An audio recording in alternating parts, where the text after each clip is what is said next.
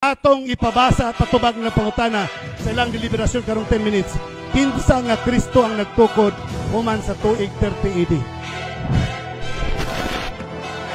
Di ata, dinhita sa gitawag reference kining Bible Almanac. Ingon siya din when he was 30, he began his ministry.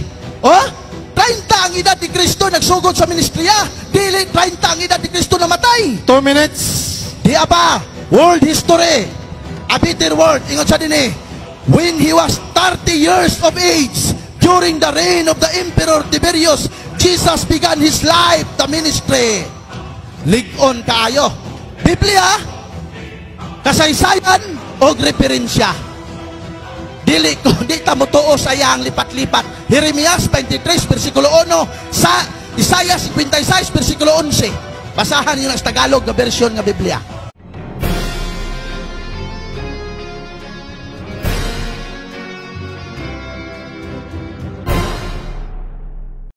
Busa sa di pa kumulingkod. Sa di pa kumulingkod, atong ipabasa at patubag ng pangutana sa ilang deliberasyon karong 10 minutes. Kinsa nga Kristo ang nagtukod human sa tuig 30 AD. Kung di sila katubag, kung kinsa nga Kristo, mga kaigsunan, pabalik na lang mo sa Adventista. Kung di mo makatudlo, nga naman, klaro kayo nga si Kristo namatay 30 AD. Di kayab sa langit 40 days after. Within 30 AD, di kayab si Kristo. Wa na record nga dibalik pag-usap. So kinsay nagtukos yung simbahan sa 33 AD nga wa naman si Kristo sa kalibutan. Ang inyong ipasanginlan, si Saidi, si Baxter, si Hall, ang inyong ipasanginlan, kaya nga naman, wa mo'y nadaw-daw, wa mo'y nakalap ng mga ebidensya, sumala sa Biblia, o guban pang mga referensya. Daghang salamat, Pastor Israel, sa imong ibatan to final conclusion. Daghan kayong salamat, Pastor. O paminawon, wala na, modernisyon na to. Ato ng paminawon karon ang rebuttal to final stand sa affirmative side. Unahan sa 5 minutes nga muhatag sa rebuttal ang atong igsuon nga si Brother Sir R.J. Sino II. Ay kauna, si Brother Alfredo Nguho Jr. ang muhatag sa first 5 minutes sa rebuttal conclusion time. Okay. 5 minutes. 5 minutes, ming bro RJ. Nainisinggit ganina nga ang nagtukod kang sa Katoliko si Satanas. Ato pa ko tanon nilang basahon kung kinsa nagdala aning Satanas.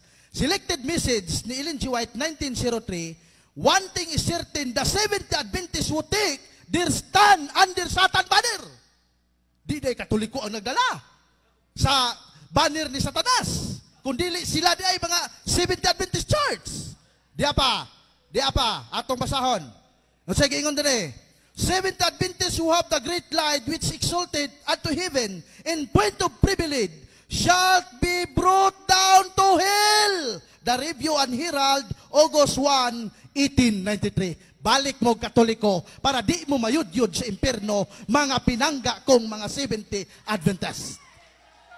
Sunod. Gigamit niya sa iyang pagpabatuod ang laptop. Dali naman kayo na-edit ang laptop. Dili makaprove ang laptop. Dinhita sa mga dokumento nga naa sa lamisa. Kay di yun ni ma-edit. Ang laptop, pilaray pag-edit, edit na. Wa ka pabarog. Wa ka ribat. Si Sok Fernandez, ang inila nato nga debatidor sa Roman Catholic sa Pilipinas, nagpamatuo daw nga ang Katoliko dili tinuod. Excuse me. Kung di pa tinuod ang Katoliko, nganong bago pa man gani nakatawat si Brad Sok Fernandez o Papal Award gikan sa Vatican? Unya di tinuod? Wrong. That is fallacy of presumption. No? Ang objection diha mo'y gibasa, ang tubag mo'y basa ha. From Protestant pa na siya nga quotation. Di akin siya nagtukod sa simbahang Katoliko 33 AD ko no. Dinitas Biblia. Ang ipabasa sa akong giingon, laptop pwedeng edit. Dinhita. Biblia, kasaysayan o referensya. Sa Lucas 3, versikulo 23. Atong basahon. Lucas 3, versikulo 23. Mga 30 na katuig ang edad ni Jesus sa diyang misugod siya sa iyang buluhaton. Pila edad ni Kristo sa pagsugod og buluhaton? 30. Nya maton niya, si Kristo namatay 30. Dinhi ko motuo sa Biblia. Di ko kay Pastor Villaber. Nga naman, naa sa Isayas, naa sa Jeremias 23 versikulo 1, ang mga pastor mo'y magpakatag-katag sa katawhan sa Diyos. O siya gimo, ingon niya 30 na daw, si Kristo namatay. O niya ang Lucas 3:23, nagtugan na 30 ang edad ni Kristo na bautismuhan.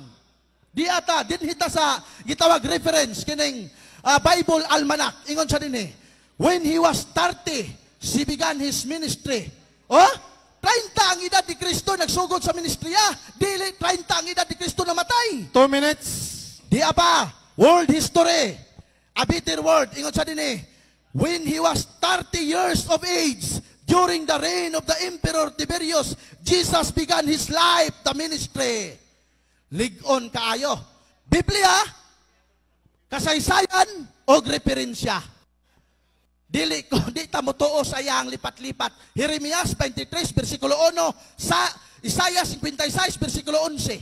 Basahan yun sa Tagalog na version ng Biblia. Balik na mo Katoliko para di mo guyodon sa impyerno. Kaya ang inyong basahon nagtugan nga dugay na nga dunay na tao nga Katolikong Kristo. O ang tinuod nga relihiyon sumala sa inyo hang gasita, Katolikong relihiyon, dili Seventh Adventist. Nganong dili man Seventh Adventist? Sumala din sa inyong basahon, leksyon, giya sa pagtuon sa Biblia. Sumala din ingon nga mga Adventista, mga Protestante kita. Unsa ma? Protestante. Nagtukod na si Kristo Protestante. Ay, wa si Kristo nagtukod og Protestante. Usara ang amahan sa Protestante ang yawa o ang iyang apo si Martin Luther.